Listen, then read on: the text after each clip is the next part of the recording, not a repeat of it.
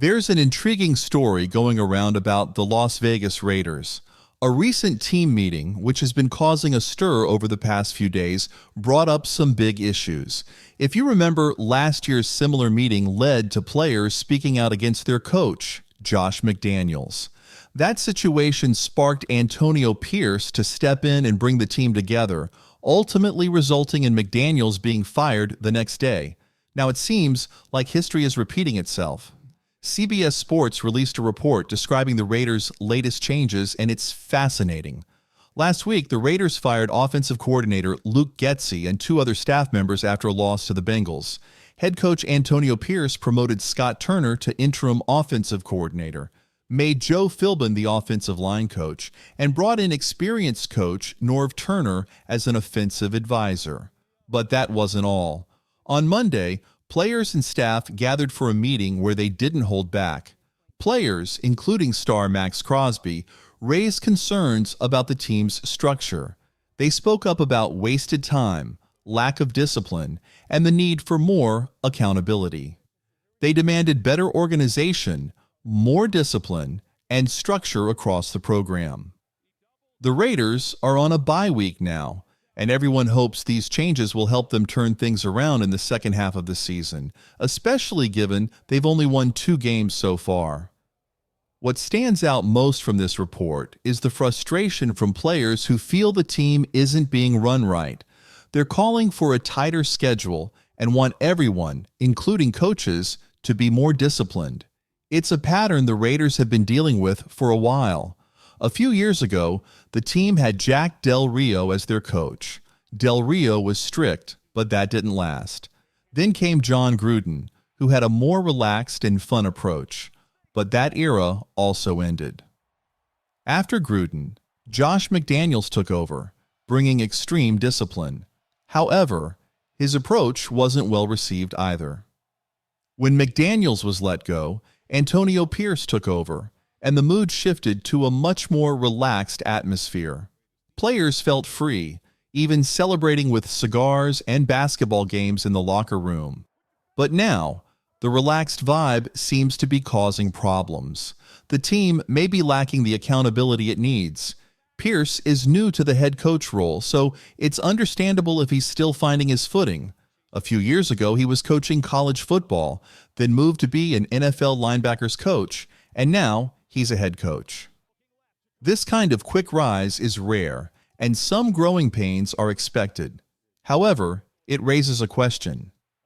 With so many experienced coaches on staff, why haven't they sorted out these issues? Coaches like Marvin Lewis, Rob Ryan, and Joe Philbin are there, yet players feel time is being wasted and the schedule is inefficient. What's going on here? This situation is really troubling to me. What's the point of having experienced staff if they can't help Antonio Pierce keep the team running smoothly? The Raiders even hired a guy specifically for game management. His only job is to support Pierce in handling specific scenarios during games. Rob Leonard, for example, is there to coach up the defensive line and bring energy to the players. But what exactly are Marvin Lewis and Rob Ryan doing? They're supposed to be assistant coaches, right? I would expect them to be organizing the schedule, making sure practices run efficiently, and ensuring each position group has structured time for training. You'd think these veteran coaches would be able to assist in those areas. It's unsettling that the Raiders needed a meeting where players were openly expressing frustrations, some even pointing fingers at the coaching staff. To me, that's unacceptable. There's been talk about issues with the offensive coaching staff for weeks. For instance, offensive line coach James Craig has been criticized for lacking experience. Players like DJ Claz and Jackson Powers Johnson haven't been put in the best spots to succeed. There's been questionable decision-making, like moving Powers Johnson to guard when he's shown he excels at center. It's these little things that a sharp offensive line coach should pick up on, but Craig has been lacking in this area. Rob Leonard, however, seems to be doing a solid job with the defensive line, so there's that positive. But other coaching hires like James Craig and Luke Getsy have raised questions. Getsy, as offensive coordinator, hasn't impressed many players, even though Davante Adams publicly supported him. It's likely Adams felt obligated to back him up, but he's probably not convinced of Getsy's abilities either. The bottom line is that the Raiders have long been dealing with issues like these. When players can immediately sense that a coach isn't up to par, it's a clear sign that things aren't running as smoothly as they should be. This meeting could be helpful for the Raiders, but honestly, it's hard to say if it'll really make a difference this late in the season. Realistically, the chances of winning every remaining game and making the playoffs are slim. Even if the Raiders win most of their games from here on out, it might not be enough. What they can do, though, is figure out if Antonio Pierce is the coach they need for the future.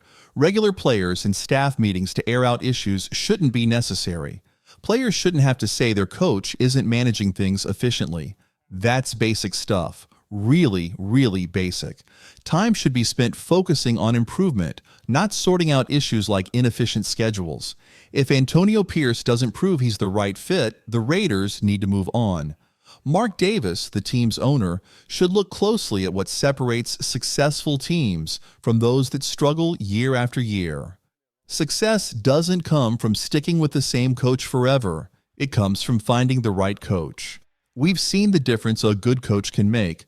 Look at guys like Jim Harbaugh and Kyle Shanahan. They bring results.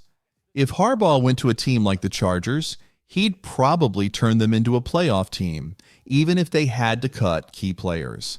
That's the kind of impact a strong coach can have. For the Raiders to have long-term success, it all starts with getting the right coach. A great coach can shape the entire team. Sure, quarterbacks are important, but you can always find a decent quarterback on the market. Guys like Baker Mayfield and Sam Darnold are available.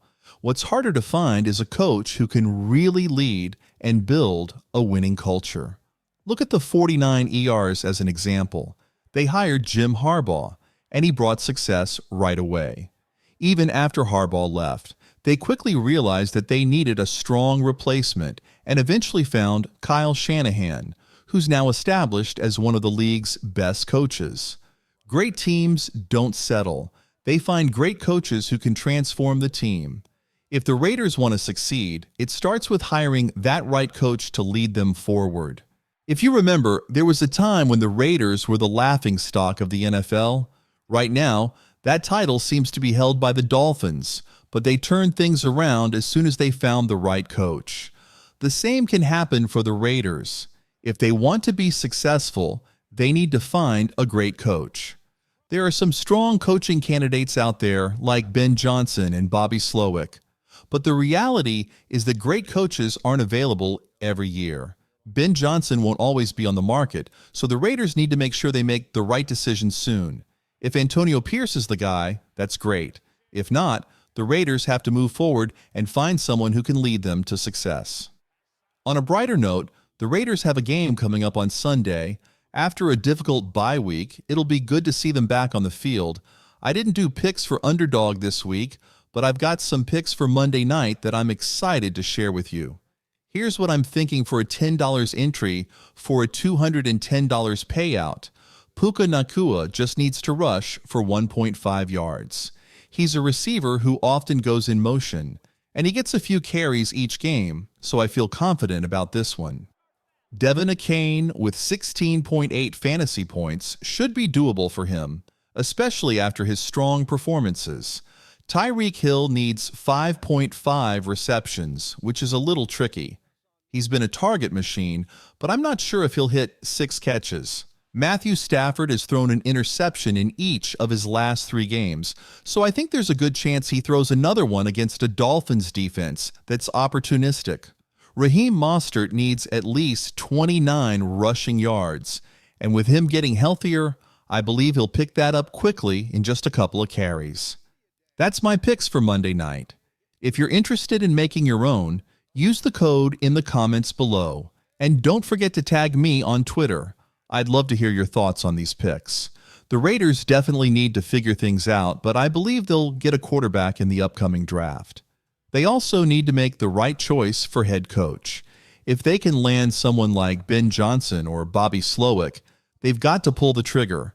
But if not, maybe they stick with Pierce. We'll see how it all unfolds. If you enjoyed this video, Give it a thumbs up, subscribe, and I'll see you next time with another video.